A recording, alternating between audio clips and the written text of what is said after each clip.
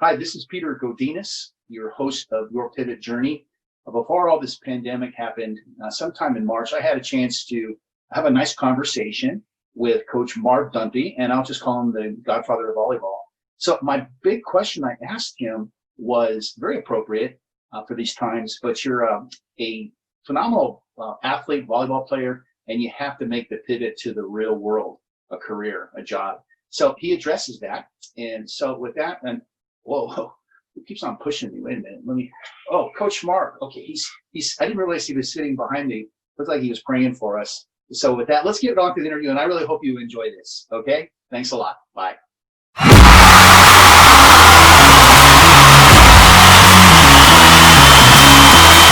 Hi, this is Peter GODINEZ, your community ambassador, and I'm here on Pepperdine University in the athletic department with my dear friend, Coach Marv Dunphy.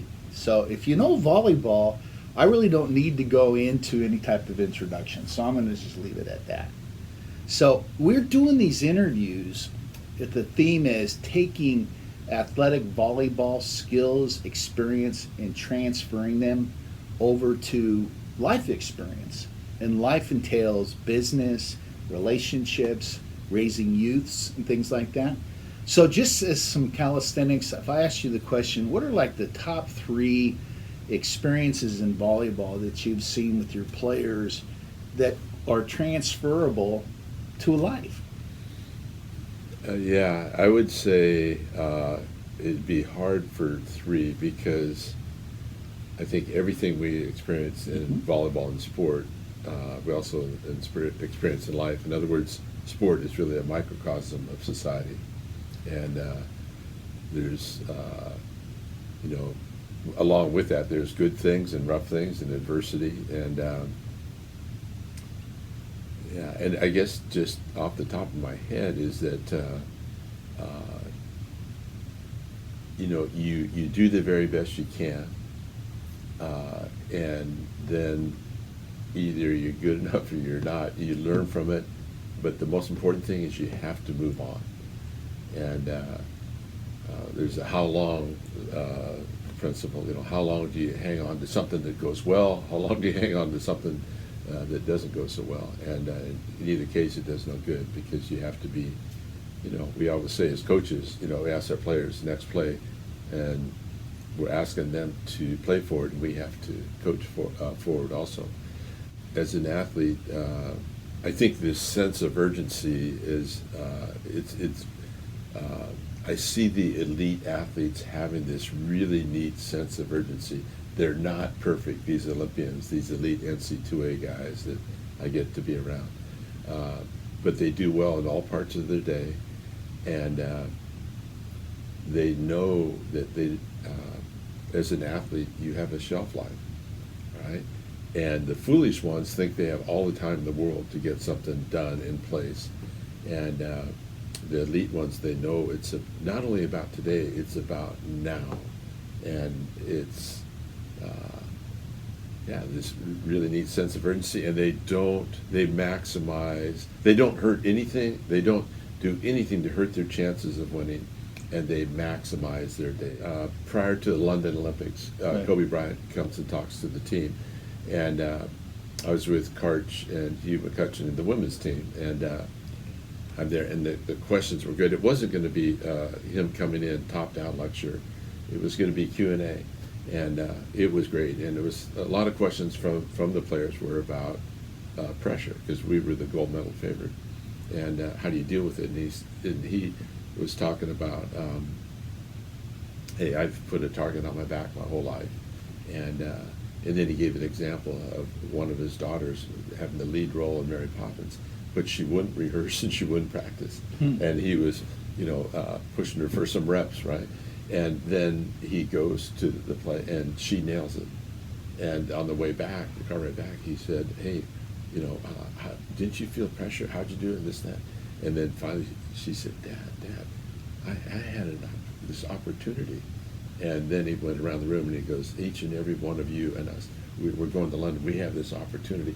We were ready to play for the gold medal match right then and there. So it's very motivating. Yeah, but then I think what I took away, even more so than that, is a lot of questions were about hey, we've been together now in Southeast Asia for 21 straight days, and here's this, we know everything we want to know and everything we don't want to know about our teammates, and how do you resolve conflict? And he said, well, you have to do it. And he gave some examples, but then he ended with this story. They're playing the San Antonio Spurs, and he said, I missed my first 11 shots.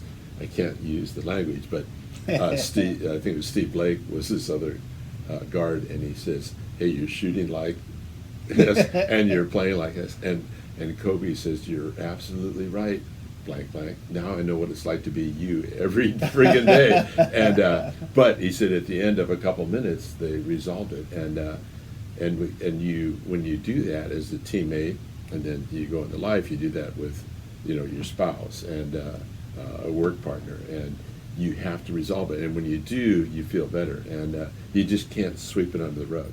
I think we have to, in sport and life, train to reality. So the military trains to reality because they have to. And I think we, in sport, we can't just do things that are easy in life. Or we can't make it easy for all the people around us, because we need to be tested. Mm-hmm. And the way to develop some confidence is to deal with some tough opponents, Mm-hmm. tough situations, and then maybe we're not perfect. It's like somebody in volleyball. If I throw you 20 easy passes and you get 18 of them, and I'm just lobbing them to you, good job, Peter, good job, good job. Mm-hmm. And then all of a sudden reality comes and somebody sticks it. Bam. Right, yeah, and how much have I helped you? But if you're able to get, if I give you the real thing, and you're able to get 7 or 8 out of 20, that should be the standard, and then you develop some real confidence in your ability to handle reality. So I like to keep things real. Adversity is going to happen. It's, we're using adapting right now, but here's the deal: adversity is going to happen. I keep saying sport and life, and I don't need to frame it that way because we're just talking about both. Yeah. But we have to embrace it, and because it's going to happen.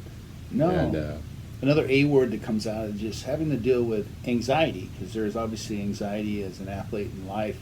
It's that unknown. Are we going to win the Olympics? Talk to me. Look, I struck gold there. Well, unknown. It's the stress. I got to say this one more time. Go for it. In sport and life, is the uncertainty of the outcome. Mm-hmm. And if you knew you were going to win, there wouldn't be much stress. If Mm-hmm. you knew you were going to lose, there wouldn't be much stress unless your job's on the line. Right. Yeah. And so I think I think the really good coaches did, Bill Wallace and John Wooden, they took it beyond this win, lose, win at all costs, make the free throw, choke, whatever. And they made it about valuing the outlet pass, valuing your teammate and character.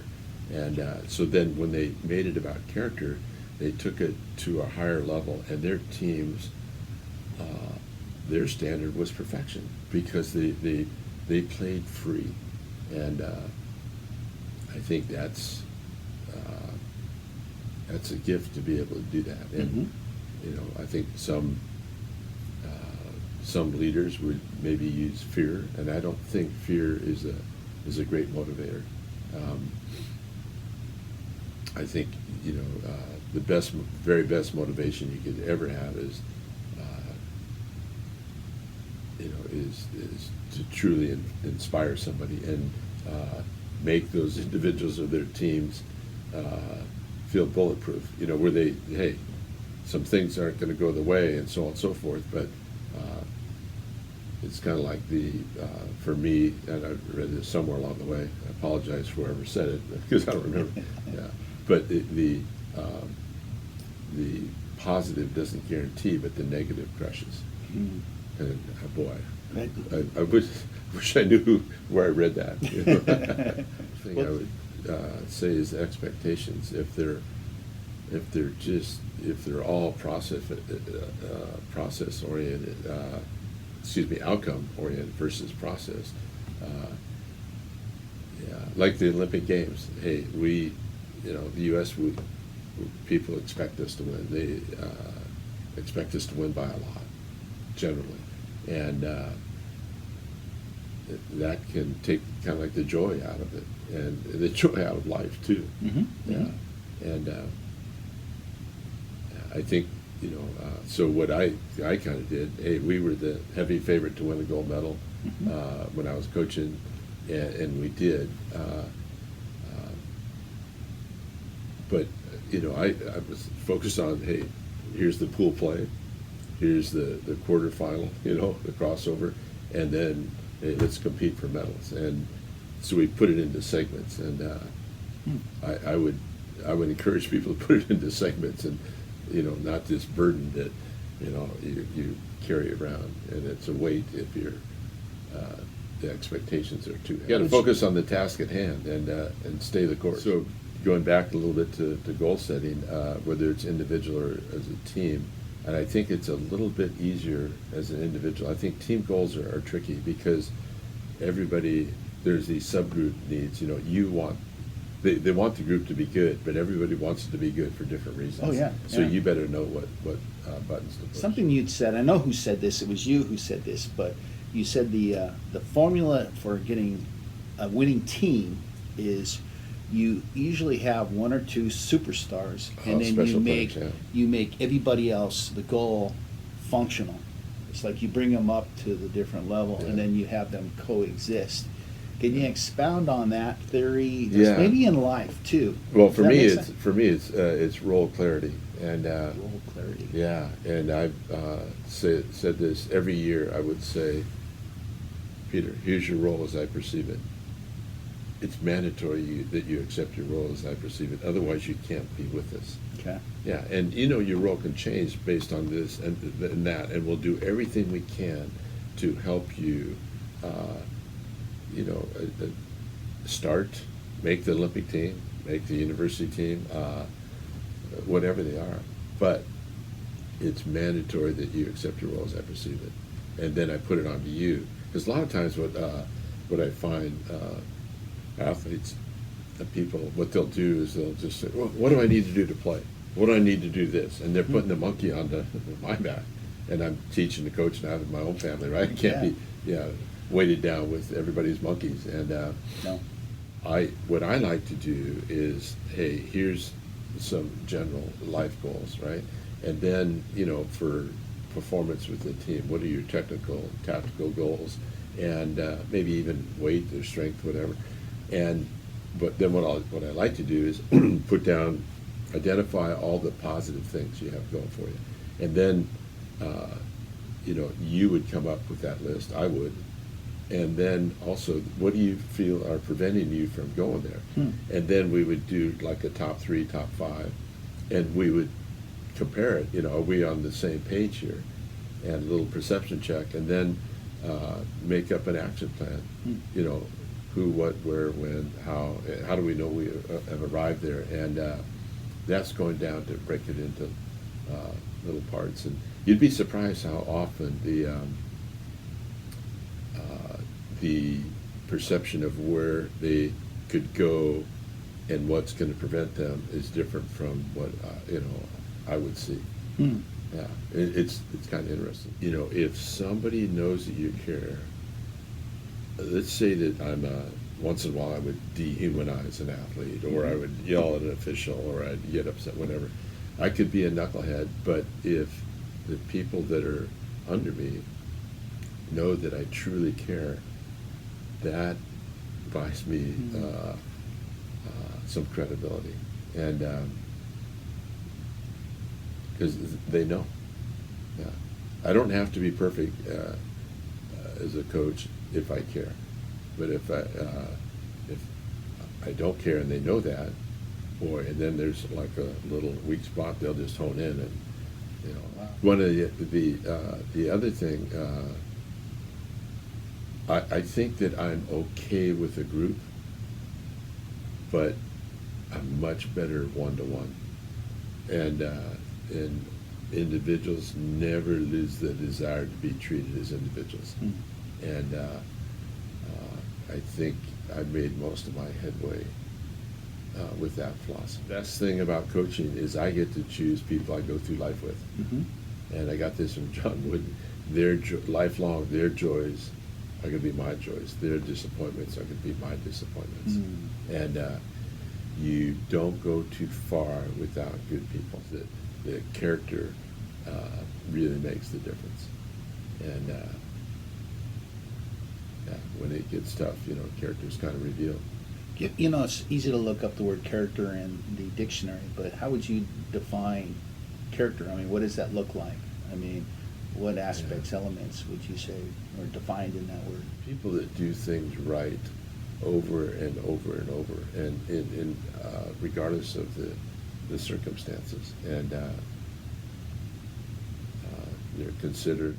You know what? I think it's really easy for me to know what it looks like and feels like, and to be around it. And I think we're attracted to people of character. Yeah. It's like a question in my mind that said, if Marv Dunphy had to say, I keep on thinking the top three things you think you've done well so far, because obviously you have success, but if you had to label the top three things, one of them I think you mentioned, so maybe I'm letting you off the hook. You showed that you cared, so that was one of the things you do well. So if I could ask for two more things. Well, part of the way that you show you care is listening to people and reading them and listen. I mean, you show them some respect by seeking to understand where they are, and I think that's part of caring, a big part of caring. No. So what I like to do almost in all situations is that I like to let people go first and then try to stun them with the truth. Yeah, you've used that technique on me a few times, and it works. I want you to know. You just reminded me of something, though. Please. When you see teams that are successful, especially the pro teams, you see them in the locker rooms with champagne going everywhere and all this goofy emotion. And maybe you've heard me say this before, but what you really remember is who you did it with and how you did it. And then if you do win it all, it's this warm, lasting feeling that, hey, at this point in time, we're the very best at what we do. And then you don't have to, do all beat that your stuff. chest and everything. Yeah, and you know what, with just teams, whether it's a sport team or a business team, for sure, for me, for a sport team, those teams are unique. They're special. And you don't have to win it all, but it's something you may never experience again. And when you do win it all, I mean, that's something that in life, you're probably never going to experience that again. Well, those thoughts, I mean, these negative thoughts, they're going to come up all the time. And you better have a little mechanism or a strategy for dealing with them. Wow. And, Toast me. It's right there. Okay. Here we go. Okay. Maybe. Well, I really hope you enjoyed that interview. I'm hoping you enjoy this channel. If you do enjoy it, please subscribe on the subscribe button and make comments. We're going to have future interviews with people who I think will really motivate you, any kind of pivot in your life, whether it's your career or your health, or you just want to be inspired. So with that, I'm going to say goodbye.